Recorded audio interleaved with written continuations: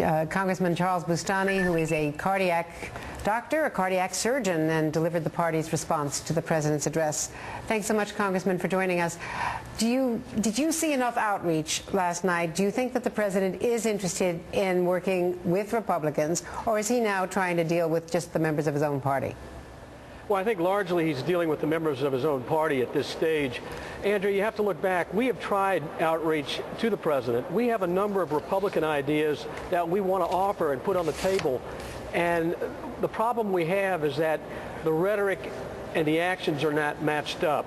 And, you know, I saw one of the president's staff yesterday, and I said, I'm happy to sit down at any time. I've got this wealth of experience in health care. I would love to be a part of this debate and a part of the solution. So we're ready to work with the president. But at the same time, what you were talking about last night was starting over. There's no way, given the congressional calendar, that you could start over and get anywhere this year. Well, here's the problem. We have a bill in front of us, H.R. 3200, in the House, and the bill is deeply flawed. There are many problems with this bill. And what I said, what I really meant to say when I said start over is, look, let's recraft the bill. We have the ideas. It's just a matter of putting them into legislative form and moving forward.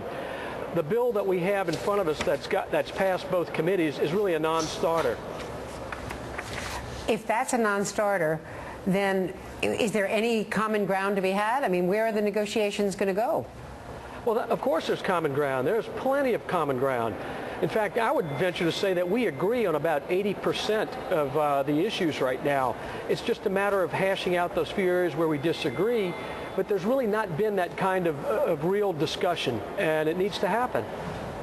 Do you believe that the president can get enough savings out of Medicare and out of the existing program to live up to his promise that it will not increase the deficit by, quote, one dime? No, I don't believe that, because first of all, we're struggling with Medicare as it is today, Medicaid as well, and these programs are headed for insolvency, and it's going to be very difficult. Now, there are savings to be had, but I don't think you can say that we can pay for this completely with just those savings.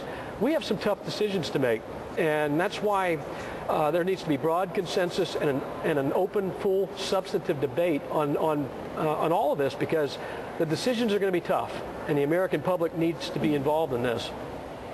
All right. Congressman and Dr. Charles Boustany, thanks for joining us today.